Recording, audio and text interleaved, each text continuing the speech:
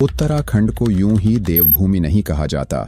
यहाँ की हर घाटी, हर पहाड़ी, हर धारा में दिव्यता बहती है और हर पत्थर पर कोई न कोई दैविक कहानी चुपचाप बैठी प्रतीक्षा करती है आपकी श्रद्धा की, आपके विश्वास की।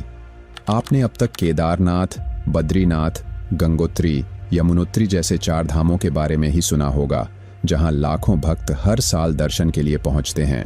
लेकिन आज हम आपको एक ऐसे रहस्यमयी धाम की ओर लिए चलते हैं जो न केवल इन 4 धामों से अलग है, बल्कि वहां की दिव्यता को भी नई परिभाषा देता है। हम बात कर रहे हैं कैंची धाम की, वह स्थान जहां विराजते हैं भगवान हनुमान जी के जीवित अवतार माने जाने वाले बाबा नीम करौली जी महाराज। एक ऐसे दिव्य साधु जिनकी आंखों में करुणा थी लेकिन दृष्टि में दिव्यता।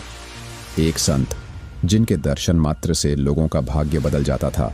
लेकिन यह स्थान सिर्फ भक्ति का केंद्र नहीं है, ये एक जीवित चमत्कार है, रहस्य से भरा हुआ, जहां आस्था और चमत्कार की रेखाएं एक दूसरे में घुल जाती हैं।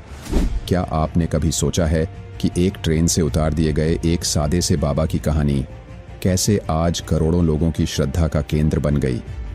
क्या आप जानते हैं उस घटना के बारे में जब बाबा को ट्रेन से जबरन उतारा गया था और ट्रेन तब तक नहीं चली जब तक उन्हें वापस न बिठाया गया?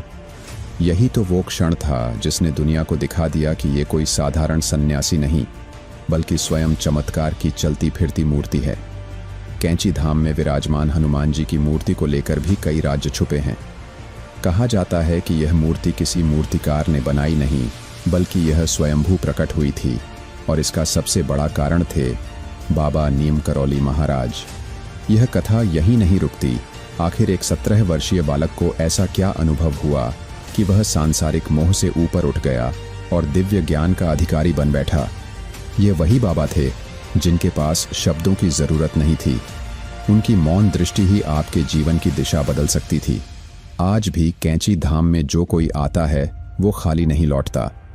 चाहे वह टेक्नोलॉजी की दुनिया के शिखर पर बैठा एप्पल का संस्थापक स्टीव जॉब्स हो, फेसबुक के मार्क जुकरबर्ग हों, या फिर हॉलीवुड की कोई प्रसिद्ध अभिनेत्री, सभी यहाँ एक ही उद्देश्य से आए थे, शांति, समाधान और सत्य की खोज। पर क्या आप जानते हैं वह अनसुनी कहानी जो बांग्लादेश के पहले राष्ट्रपति से जुड़ी है? एक ऐसी कहानी जो कहीं किताबों में दर्ज नहीं, न ही टीवी चैनलों पर बताई जाती है, लेकिन जिसने बाबा की अलौकिक शक्ति को पूरे उपमहाद्वीप में फैला दिया। और सबसे बड़ा रहस्य, बाबा नीम करौली की मृत्यु।